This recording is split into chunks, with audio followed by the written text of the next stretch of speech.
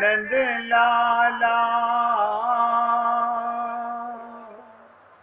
बाजो मुरली मनोहर नंद लाला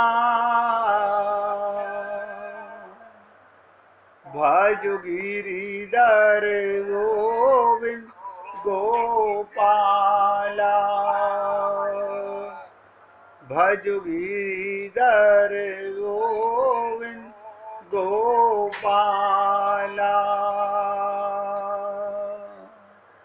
भजो मुरली मनोहर नंद लाला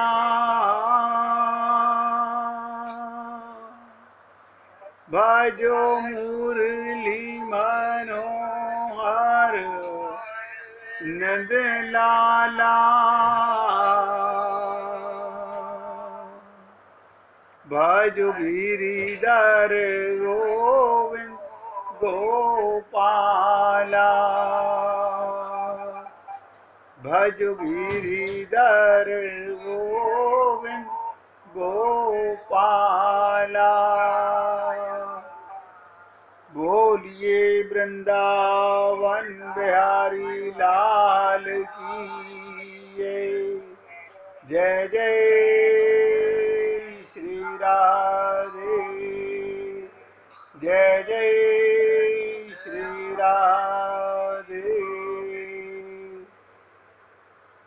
सभी भक्तों से निवेदन, बहुत एकाग्रचित होकर आज से सत्संग की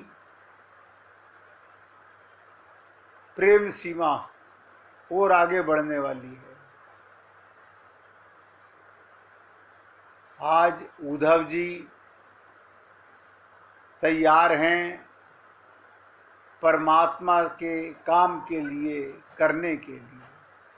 इससे आप हम लोगों को क्या प्रेरणा मिलती है, हम क्या सीख पाते हैं, अब ये सुनने को आपको मिलेगा।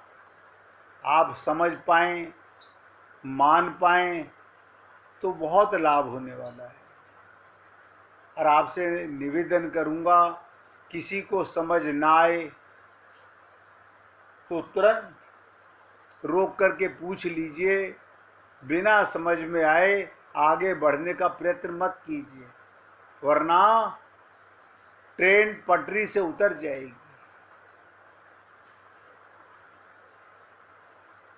संसार में हम आए, माया का संसार है, शरीर भी माया का है, इंद्रियां भी माया की हैं, मन भी माया का है। लेकिन संसार में अगर सब चाहें कि हम प्रेसिडेंट बन जाएं, हम प्राइम मिनिस्टर बन जाएं, तो क्या ये पॉसिबल है? आप कहेंगे नहीं, ये तो पॉसिबल नहीं है। सब धनवान बनना चाहते हैं, सब बिरला टाटा अंबानी बनना चाहते हैं। इस चाह का तो मुझे पता नहीं, लेकिन मैं आपका इशारा, आपका ध्यान एक ऐसे चाह की तरफ खींचना चाहूँगा।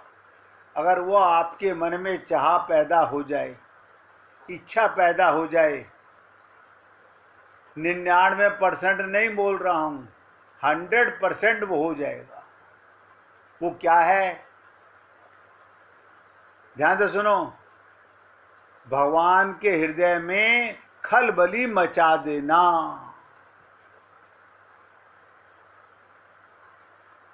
नोट कर लो इस बात को। भगवान के हृदय में खलबली मचा देना। क्या मतलब? अब तक तो परमात्मा सोच रहे होंगे ये पिछले जन्मों की तरह इस जन्म भी मुझे धोखा देने वाला है, ये कोई मेरे लोक में नहीं आने वाला। लेकिन नहीं, इस बार हम जाग गए हैं, हमें आत्मज्ञान हो गया है। तो हमारे को क्या करना चाहिए? मन में एक जिज्ञासा, एक लालसा, एक इच्छा, एक चाह पैदा करो। इससे क्या होगा? भगवान के हृदय में खलबली मच जाएगी। इससे क्या होने वाला है? भगवान को मिलना ही पड़ेगा। अब आप कहेंगे इसका क्या एश्योरेंस है? मुझे करीब 15-20 साल हो गए सीताराम आचार्य जी के एक छंद को बताने के लिए, और 15-20 साल में मुझे भी याद नहीं कि मैंने हजारों तरीके से उस एक लाइन को बताने का प्रयत्न किया होगा। आप बताइए, संत कहते हैं इस देह में हरि मिलत है। बस गुरु ने कहा इस देह में मैं बेटा ये तो नहीं कह सकता तुम राजा बनोगे कि नहीं बनोगे, तुम अरबपति खरबपति बनोगे कि नहीं बनोगे, लेकिन मैं इतना एश्योरेंस दे सकता हूं इस देह में हरि मिल सकते हैं। अब आपका अपने गुरु के प्रति कितनी श्रद्धा, कितना विश्वास है, ये इस पे डिपेंड करता है।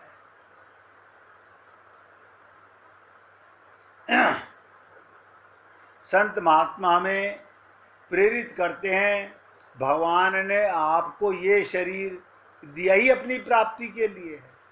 ये तो हमारी मूर्खता है, हम और संसार पाने के चक्कर में लगे हुए। इसलिए मैंने आपसे कहा आज से अब प्रेम चर्चा के मायने कुछ और होने लगेंगे। भगवान के हृदय में खलबली मचा दो, उतावली हो जाए भगवान को भी। कैसे? जैसे गोदम्बा जी ने अपनी सखियों को पूर्ण विश्वास दिलाया जीवों को, इस देह में हरि मिलत हैं, और उन्होंने देखिएगा लक्ष्मी के अवतार होकर इसी पृथ्वी पे अवतार लेकर कन्या रूप में और साक्षात्कार पर ब्रह्म परमात्मा बटशाही भगवान श्री कृष्ण को मूर्ति में से निकलने के लिए आमदा कर दिया, और भगवान को आकर के पानी ग्रहण करना पड़ा। लेकिन आप और हम लोग विश्वास में कमजोर हैं। हमें ये तो पता है हमारा पिता, कौन सा पिता? ये शरीर का पिता हमें अपनी संपत्ति देगा, कोई पक्का नहीं है देगा नहीं देगा। आपको मिलेगी कि नहीं मिलेगी, जब देने का टाइम आएगा आप रहोगे कि नहीं रहोगे, वो दे पाएगा कि नहीं दे पाएगा। लेकिन सीताराम आचार्य जी ने कहा इस देह में हरि मिलत है। अब इस बात पर आपको कितना विश्वास है, ये आपकी शरणागति पर है। आप अपने गुरु और प्रभु पर कितनी श्रद्धा, कितना विश्वास रखते हैं। तो भगवान के हृदय में खलबली मच जाए ऐसी चाह पैदा कर लो बस। वो कैसे कर लें? वो भी सीतारामाचार्य जी ने दूसरे छंद में कहा, बैठत उठत घूमत फिरत बस यही नाद लगाए दे। बस संसार का शरीर से काम करते रहो और मन में काम करते करते ये चाहना पैदा कर लो। लेकिन करने से होगा, सुनने से नहीं होगा। ये भी आपको निवेदन करूंगा, चाहे उसमें मैं हूं या आप हों, केवल सुनने से नहीं होगा। और मैंने कहा भगवान को मिलना ही पड़ेगा। आपका जीवन मंगलकारी हो जाएगा, आपकी मृत्यु मंगलकारी हो जाएगी। और आपका नहीं, जिस परिवार में आपने जन्म लिया है उस परिवार की भी कई पुश्तें उस कल्याण के मार्ग पर चलने लगेंगी। भीतर की चाहना, सब जानते हैं भीतर की चाहना, अंदर बेटी की शादी, बेटे की शादी, मकान बनाना, दुकान चलानी, पैसा कमाना, ये अंदर चाहना है। खड़े में मंदिर में, बैठे हैं सत्संग में, अंदर चाहना क्या है आप देख लो।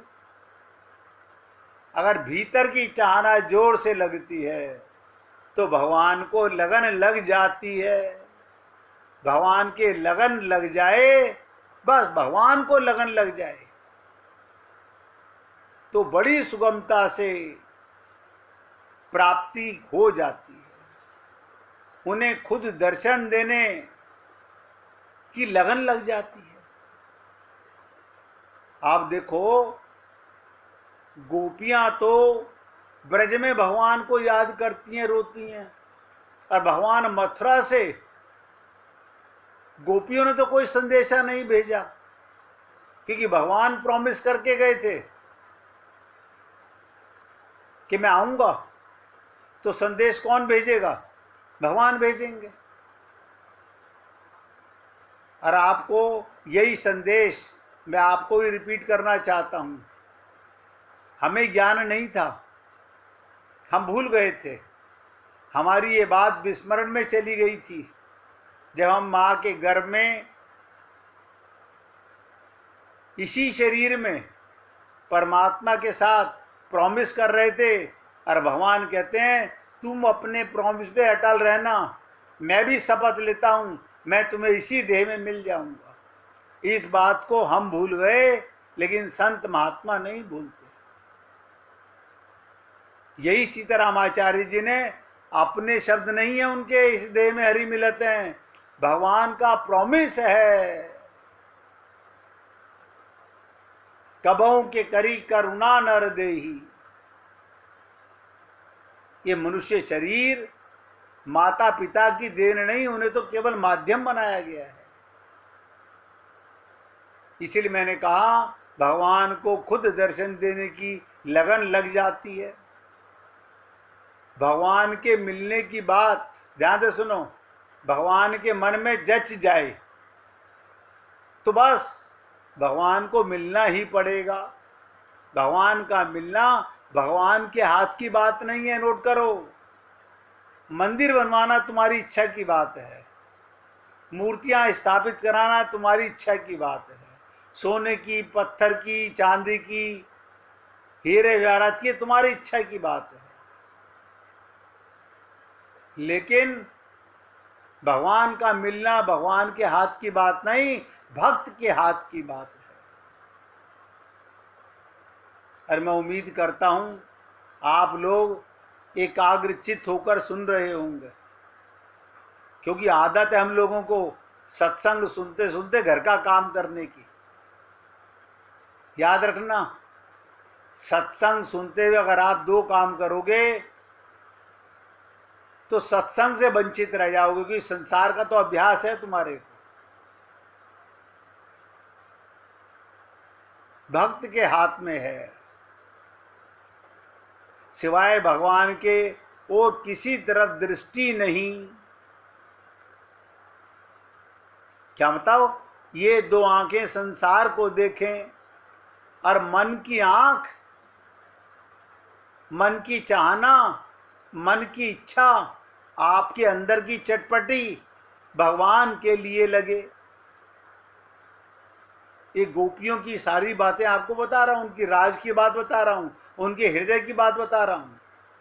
सिवाय भगवान की ओर किसी तरफ दृष्टि नहीं है। वो भगवान को प्यारा लगता है, ये सुनिश्चित मानो। भगवान किसको मिलते हैं? जिसके मन में 24 घंटे एक धारणा मन में धारो। भगवान से मिलना हो तो भगवान के हृदय में खलबली मचा दो। लिख लो इस बात को। आपसे आप मिलेंगे, भगवान के बिना रहा नहीं जाता। बिना मिले भगवान के रहा नहीं जाता। ऐसी अवस्था हो जाए। कैसी अवस्था हो जाए? गोपियों को ना नींद आवे, ना भूख लगे, ना चैन पड़े, ना बात सुहाए, कहीं भी मन नहीं लगे, एक भगवान की याद आवे, भावग्रही जनार्दन। भगवान श्री कृष्ण भाव भोक्ता हैं। तो आप अब भगवान के बिना नहीं रह सकते, तो भगवान आपके बिना नहीं रह सकते।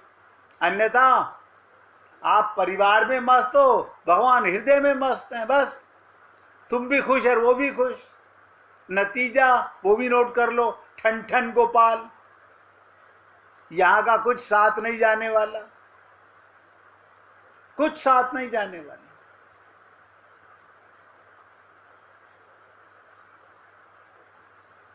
भाव भोगता है, भाव का भूखा हूं मैं। भाव का भोग लगाते हैं भगवान। आप अपने हृदय का भाव देख लीजिए।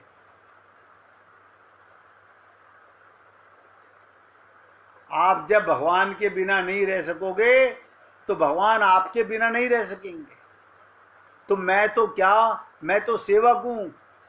मेरे जैसे लाखों आपकी सेवा करने के लिए अपना पाएंगे। जब भगवान आपके बिना नहीं रह सकते तो मिलने में पल की भी देरी नहीं। भगवान के मन में हो जाए फिर देरी का काम नहीं, बस समझ लो काम बन गया।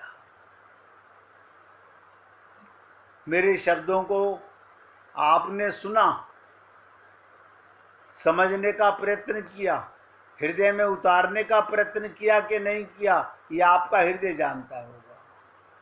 अगर इतने शब्दों में किसी के मन में कोई प्रश्न हो तो पूछ लीजिए। मैंने अपनी तरफ से बहुत सरल शब्दों में आपको निवेदन किया। एक इच्छा, एक धारणा मन में धारो। जिसके लिए शरीर मिला वो ना मिला तो आपने क्या पाया? आप बताओ। जिसके लिए ये मनुष्य शरीर मिला और वो ही नहीं मिला, फिर क्या मिला आपको? ये हमसे तो जानवर अच्छे थे, वो हमारे शरीर में आने के लिए तैयार हैं, हम उनके शरीर में जाने को तैयार हैं।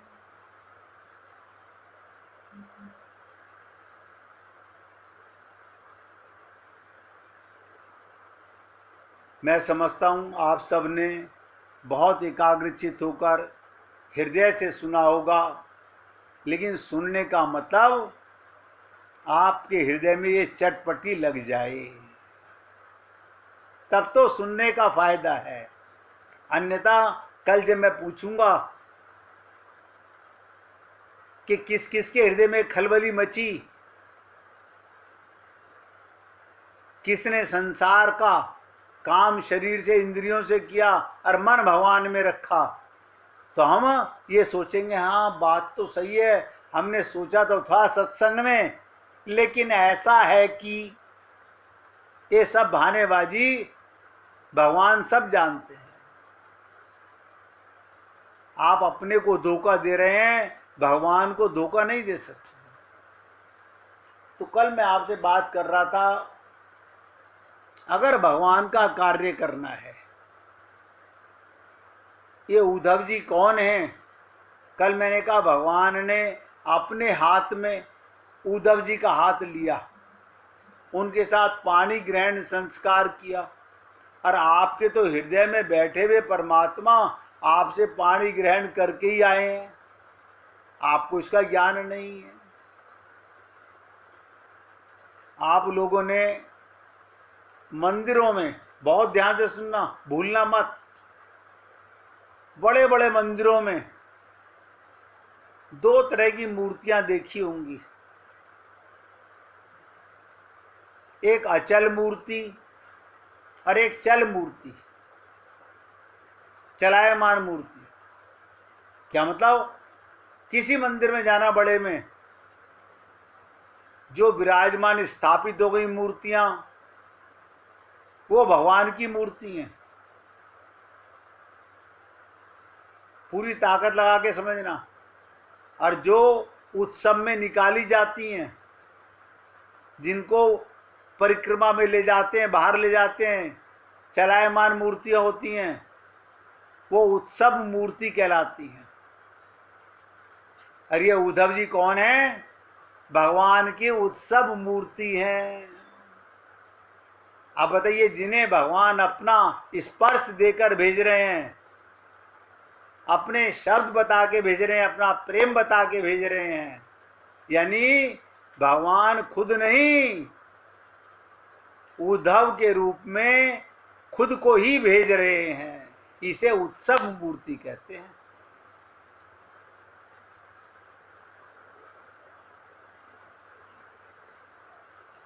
अचल प्रतिमा जो होती है वो अपनी जगह पर स्थित होती है, और जो चल प्रतिमा होती है उसे उत्सव मूर्ति, वो उत्सव के दिनों में बाहर निकलती है, घुमाई जाती है, उसका जुलूस निकाला जाता है। तो उद्धव जी भगवान की उत्सव मूर्ति हैं, चल मूर्ति हैं। ब्रज में जब वे आए तो उनके रूप में उत्सव आ गया। अब आप और हम लोग इसे कैसे समझेंगे, बता देता हूं। जितने भी संत महात्मा इस पृथ्वी पर हैं, नोट कर लो, हमसे मिलने भगवान तो कभी आए नहीं। हाँ, हमारा संत महात्माओं से तो मिलन हुआ है। ये संत महात्मा कौन है? ये राज की बात समझ लो, यही उत्सव मूर्तियां हैं, यही उद्धव हैं, यही आपको प्रेरणा दे रहे हैं।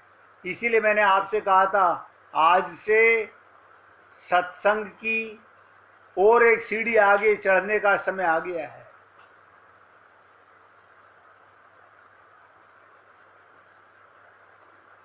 गुरु भगवान स्वयं कहते हैं, आचार्य मान विजानियात, उसको मेरा स्वरूप जानो। उद्धव जी को भगवान अपना स्वरूप, अपनी पोशाक, अपना रथ, अपने शब्द, अपना, देखो हर इंद्रियां भगवान ने अपनी देकर के भेजा। इसी प्रकार संत कौन? जो आपको भगवान की ओर प्रेरित करे, भगवान की ओर ले जाने का, आपको बाय हुक एंड क्रुक आपके हृदय में ये चटपटी लगा दे।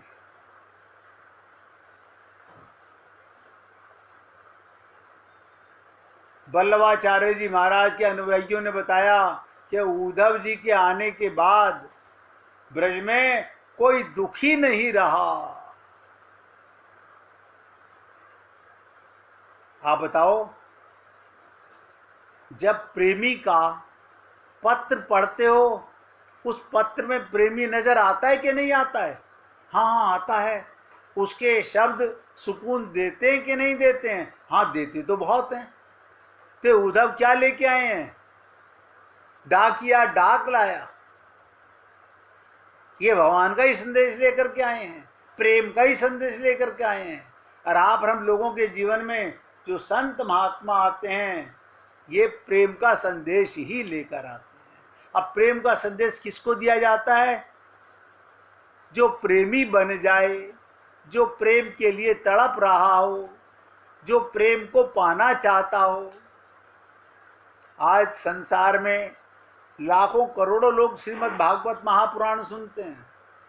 बुरा मत मानिएगा, सत्य बात बता रहा हूं। मेरी दृष्टि में 1% भी सच्चे श्रोता नहीं होते, सब भीड़ इकट्ठे करने वाले होते हैं।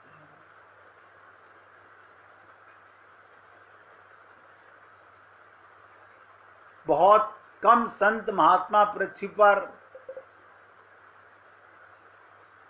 ये सत्संग का ये प्रयत्न करते हैं कि भगवान से मिलाने का प्रयत्न किया जाए। और 1% तो मैं बहुत बोल रहा हूं, -1% भी आज के कलयुग के अंदर। और आप देखोगे वहां कितने लाखों लोग बैठे हुए हैं, श्रोता एक नहीं है। सब अपनी साड़ियां दिखाने, सूट दिखाने, अपनी ज्वेलरी दिखाने आते हैं। नाक के लिए आते, हमारे रिश्तेदारों ने कराई है इसलिए हम जा रहे हैं। भगवान के प्रेम के लिए नहीं जाते, और जाते भी हैं तो संसार मांगने जाते हैं।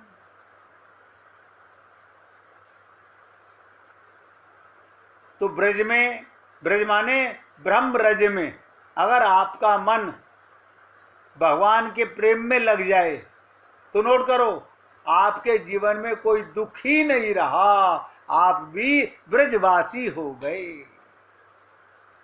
जहां आप रहो वो ब्रज है, आपका हृदय वृंदावन है, आपका हृदय वृंदावन है, क्योंकि अंदर नारायण साक्षात्कार विराजमान है और आपके मन में उनका प्रेम है, आपको चाहना है। नित्य उत्सव हो गया। नित्य उत्सव करने के लिए ही उद्धव जी महाराज ब्रज भूमि में पधारे। उनको स्वामी का आदेश है और दूसरे उनके हृदय में आदर और सम्मान है। ऐसे ही संत महात्मा, इसलिए मैं आपसे बोलता हूं ना, अगर कोई संत पैसा लेकर भगवान का प्रेम दे रहा है तो वो संत नहीं हो सकता, हो ही नहीं सकता। प्रेम की कीमत नहीं होती है। प्रेम तो प्रसाद है भगवान का। अब इस यात्रा में चलने के लिए 1 मिनट कीर्तन करेंगे, फिर आगे बढ़ेंगे। भजे